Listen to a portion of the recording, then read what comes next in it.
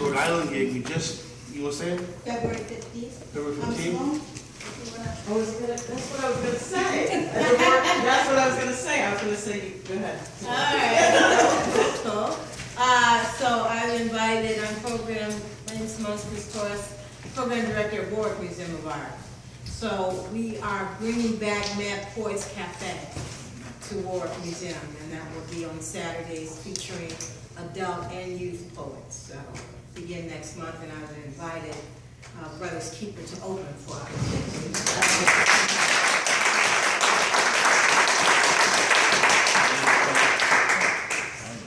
That was tonight. What inspired this right here, this play? Well, it all started with, the group getting together, and Lawrence Nunes here, Elder Lawrence Nunes, he's a very prolific writer. He's always throwing me lots and lots and lots of text. And so I get this 10-page piece called Brothers Keeper. It's 9.5. It's not 10. Yeah. It was certainly a very long piece, and, I'm a proofreader, editor by trade, so I worked on it and we did some stuff, and then he said, hey, we should make a play out of it. And for about 6 months or so, we kind of just talked about it and had some ideas and things. And then it was last Thanksgiving or Christmas where I took the task and said, I'm going to just get this done. We had a half at one point. We really had a half. It was a really good half. It was like Brothers Keeper 1.0. And then we finally did put the time in, we got it done. But it really started off with Lawrence's beautiful poem. A lot of things that didn't make the 3-minute version of the poem were just like, it was a great poem. So it inspired us to write a play, and we had an idea to be a poetry theater group, do something different, that's never been done before that we've seen, We get bored often, so we have to always evolve. And then each person took the character and created their own individual costume, design, character development, and everything for their character and for their role within the production. What's actually really interesting about the play itself is that the characters that we play kind of mirror the real life versions of ourselves. So a lot of the poems that we've done individually, like I was the last to come into the group, but the poem that I did tonight was actually a poem that I had written for my ex, and it was about my situation and the way it turned out. And it just so happened that it fit right in. This guy loves basketball. Lawrence is a reverend, and he portrays that. So it kind of like Marlon brought it together, was very unique and inspirational. Amazing. It came together. Back when you were saying about him coming in last, I wrote this, and we have a great friend you guys know locally, Amos Hammer, terrific actor, love him, good friend of mine. He ended up being very busy and not being able to make it. And I was like, who else can we? And I've been on many slam teams with Art, and I didn't write the part for him, but it just was like perfect. How it all came together. God is wonderful. How it all comes together. I never imagined this. I made these characters up in some way, but I also tried to model them off my friends. But it was just like, Art was perfect and available and interesting. And he was a perfect fit. He brings a perfect harmony to this group. We've been doing things together with other groups, but this was our first year fully with Brothers Keeper. Yeah. Actually, it was a year out of January 1st. That was January 1st. February 1st. It'll be a year. Lamont? Yeah. Are there any new plays forthcoming in the near future? Yes. Wait. I want to answer that question because, see, there are some things that we have in the work that we want to push. Marlon has been adamant about us pushing this to the limits and trying to get it better. So we're always trying to perfect it. It's changed and evolved over the way. But Brother Lawrence here has got some things in the work that we're going to try to check out and turn into something else. But I think all of us collectively, we need to find that time for the next piece. But yes, the spark has been ignited. We just got to run with it and find the time to do it. There are at least 2 other ones in the works. We will not say the title now. Preserve that. But there are at least 2 other things that we are working on. We're going to really just push this as far as it can go and just perfect it.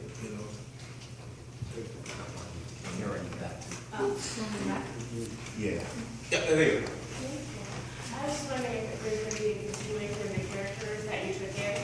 So as Brother Lawrence and as you as well have taken in a janitor that's been there for 7 years and yourself a basketball player, in terms of bringing you guys in, like what the turnout of you guys would be, like part 2 of how you guys turned out with being taken in. I mean, for me, I just want to answer, I'm the kind of person, I love to try to grow and learn from doing more roles. It's like, I look at Dizzy as just one play, and then the next play, as an actor, you always want to do another role and grow. You don't want to kind of take this and kind of keep developing him. Like, I don't want to keep being Dizzy every play. I want to be someone else. And once you're someone else, you get a chance to grow more. Every time you study a new character or a new play, you get to grow. So I'm always looking to do another character. Dizzy will always be in this play. Maybe Dizzy's dad will be in the next play. I also think there's a possibility that later on down the line we could probably put something together to have a part 2 to that. You know what I mean? See like how you guys turned out. Yeah. You know?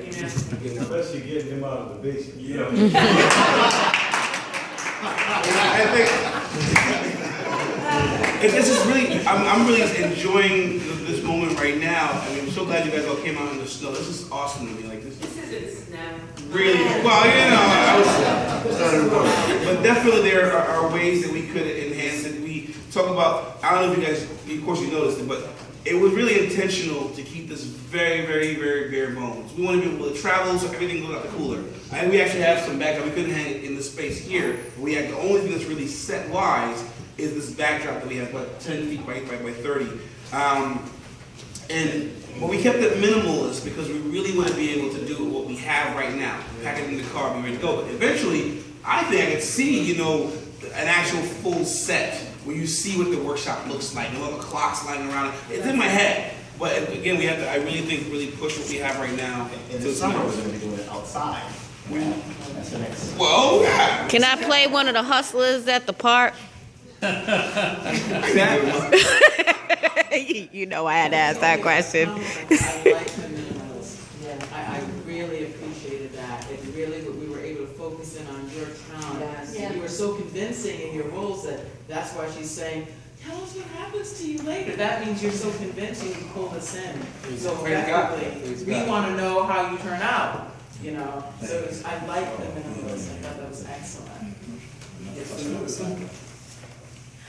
Yes, I know you, the four of you to be individually just as strong. What are the next individual projects? okay.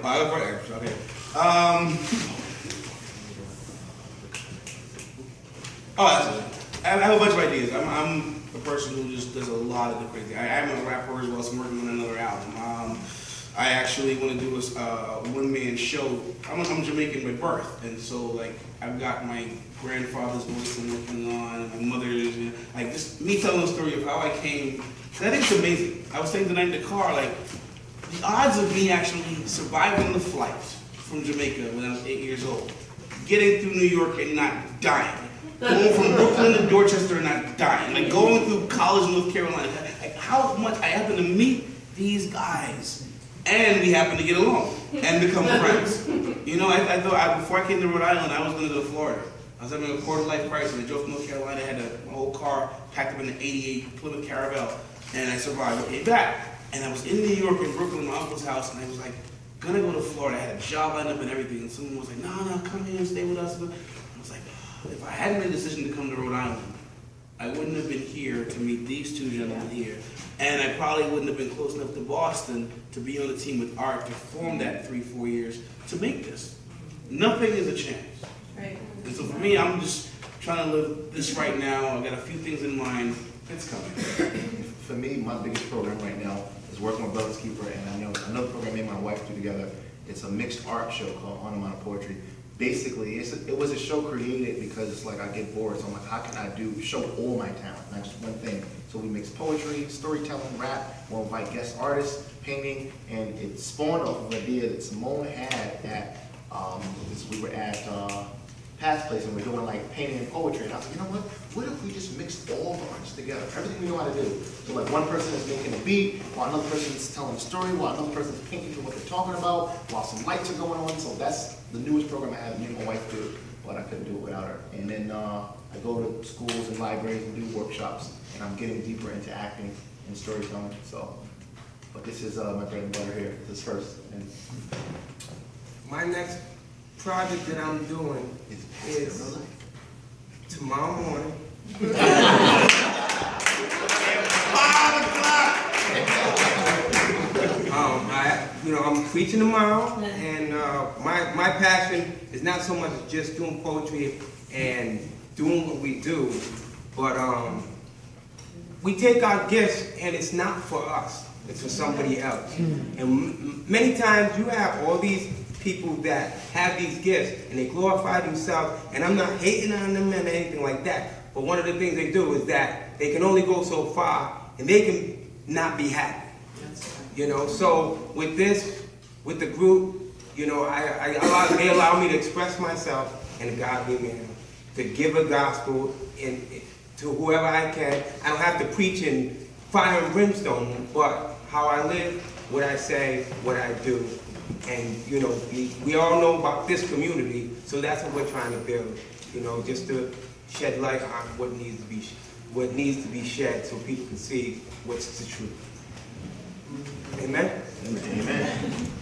For me, I've always done what I do for the love of doing it. So I think the one thing that I want to do is publish a book.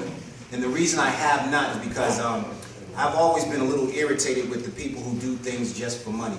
And so I don't need to do this for money. I've always done it for the love of it. When you chase the dollars, it changes up the format of the way, the quality of your work.